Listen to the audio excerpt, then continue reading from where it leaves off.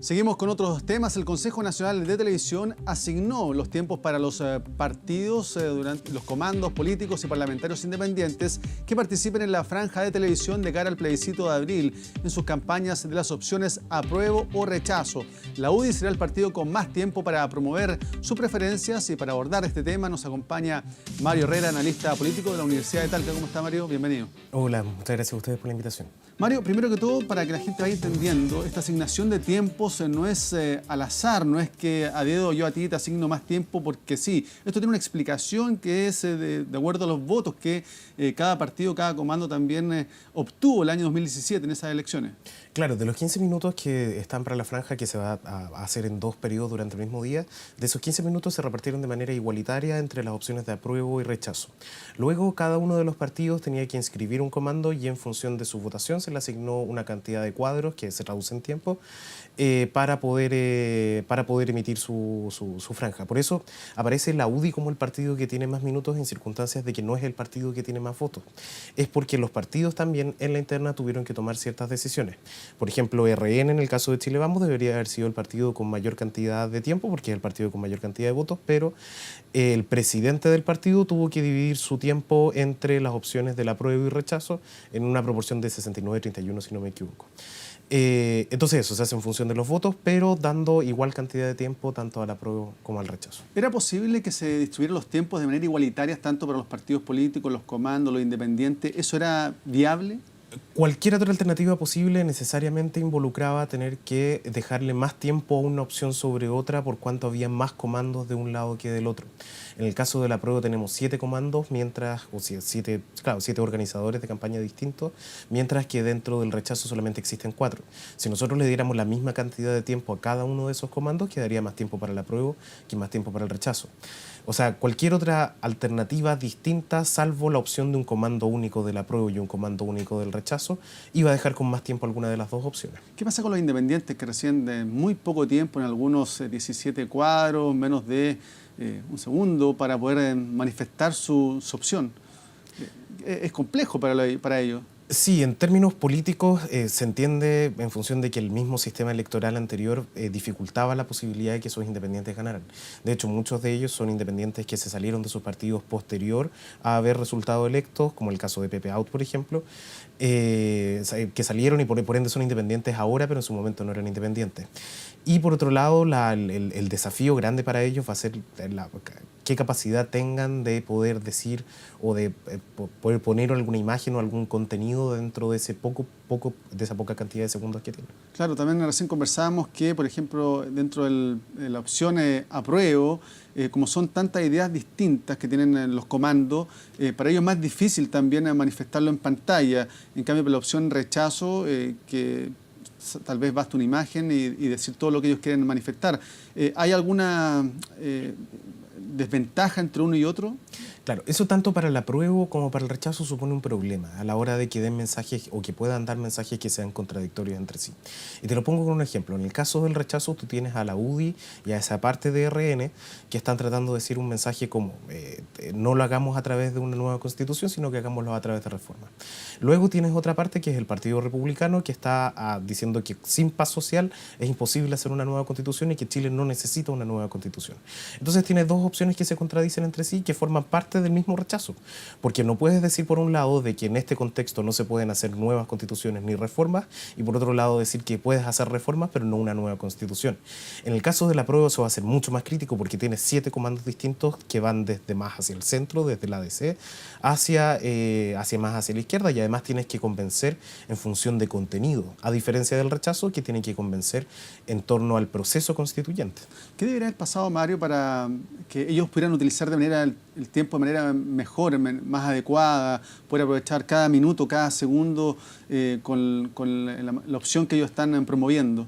La opción o la alternativa, y precisamente el sistema estaba hecho para eso, era para que se unieran en torno a comandos. Ahora las voluntades políticas eran imposibles para que ciertos comandos se unieran y formaran algo más grande. Probablemente uno esperaría un poco más de esfuerzo por parte de la nueva mayoría, pero aún así se dividió en 3 comandos distintos. Tienes uno de convergencia, tienes el de la ADC y tienes otro que agrupa incluso con algunos sectores del Frente Amplio. ¿Y por qué cuesta tanto que se unan?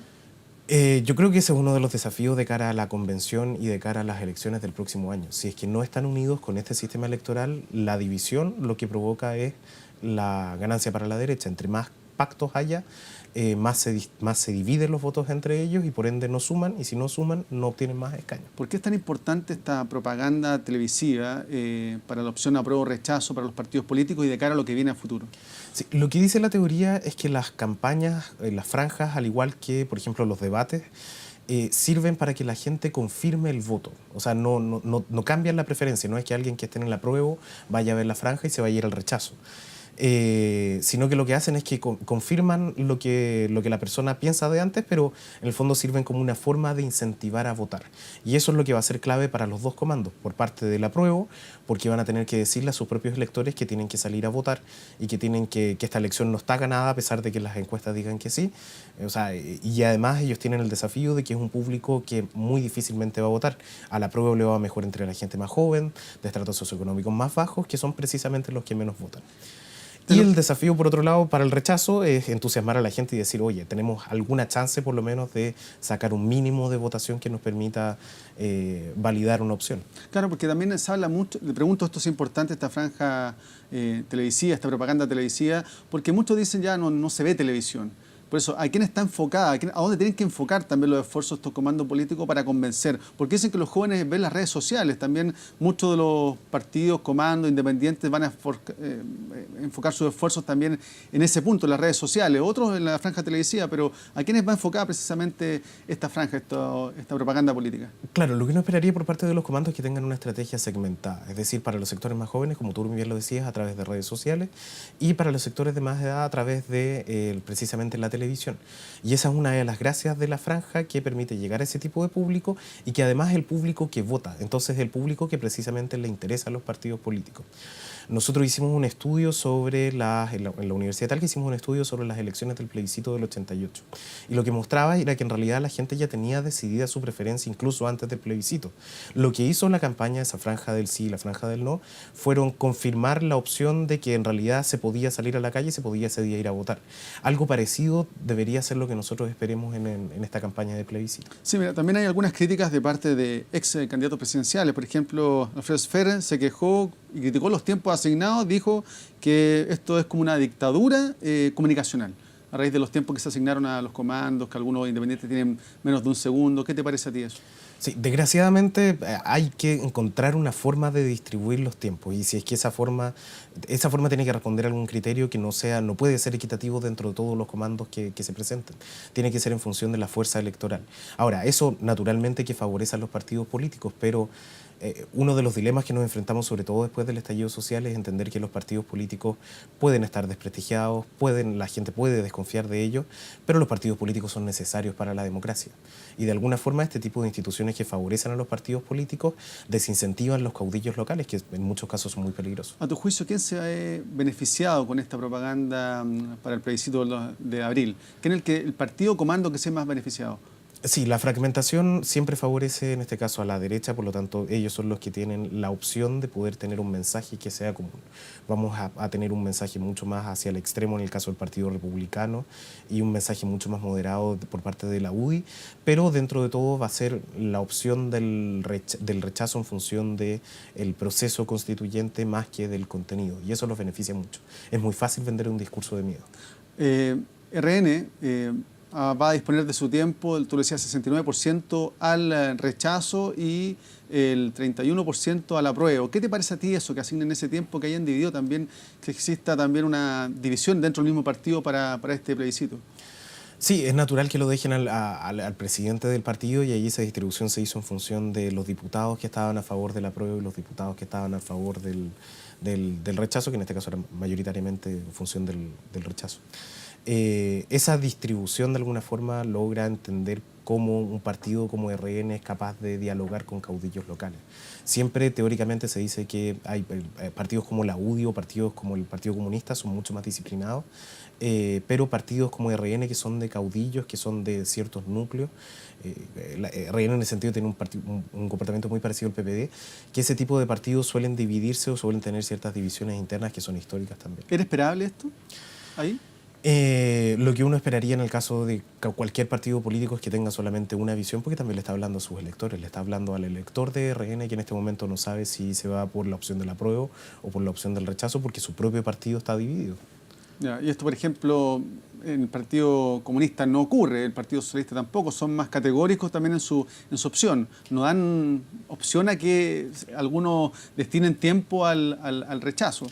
Claro, independiente de una cuestión que es programática, que evidentemente alguien del Partido Comunista no va a estar a favor del rechazo, pero esos partidos en general son mucho más disciplinados y suelen tener las divisiones o los problemas que tengan se solucionan con la salida de sus militantes. Hace poco lo vimos también en el caso del Partido Socialista, que se salió un grupo del Partido Socialista que además se insertó en otro y tiene su propio comando. Lo mismo con el senador Yeye, con el senador Yeye en el caso del Partido Radical, que se salió y formó también su propio comando. En el caso de ese tipo de partidos, las divisiones suelen terminar en la salida de cierto grupo de militantes y la conformación de un nuevo partido que, viendo el proceso histórico en general, no suelen tener mucho éxito tampoco. ¿Cuál es la carga que podría llevarse RN en el caso de que gane la opción, el apruebo en el plebiscito de 26 de abril?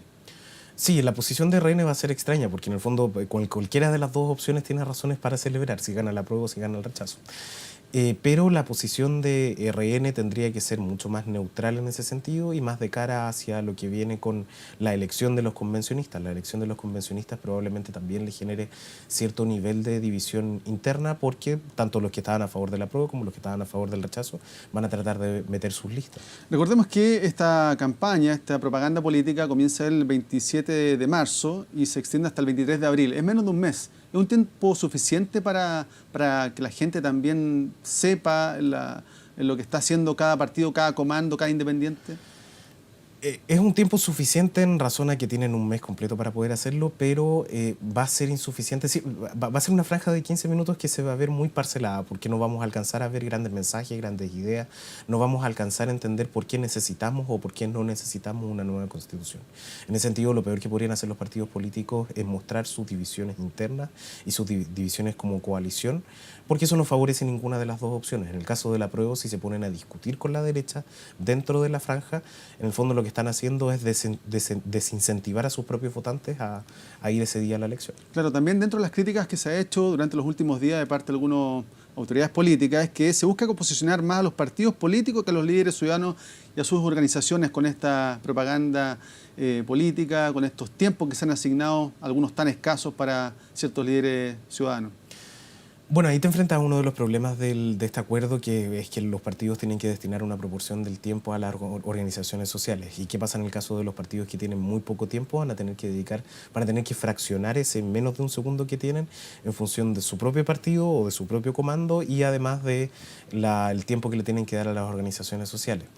En ese sentido, uno esperaría también que las organizaciones sociales sean cercanas al rechazo, sean cercanas al apruebo y que promuevan ideas tanto más de derecha como de centro izquierda. En ese sentido, vamos a ver que no existen organizaciones sociales que sean más que sean necesariamente transversales o apolíticas, sino que se van a de alguna forma explicitar ciertos apoyos. Mucho se recuerda a Rosa Darica, que en su campaña alcanzaba a decir Rosa Daric, porque el tiempo no le alcanzaba para decir más. ¿Es posible que otro independiente pueda generar algo como lo hizo ella en esta propaganda política para el 26 de abril? Claro, también está el candidato ese que decía trabajo, también, que era lo que alcanzaba a decir dentro de ese tiempo.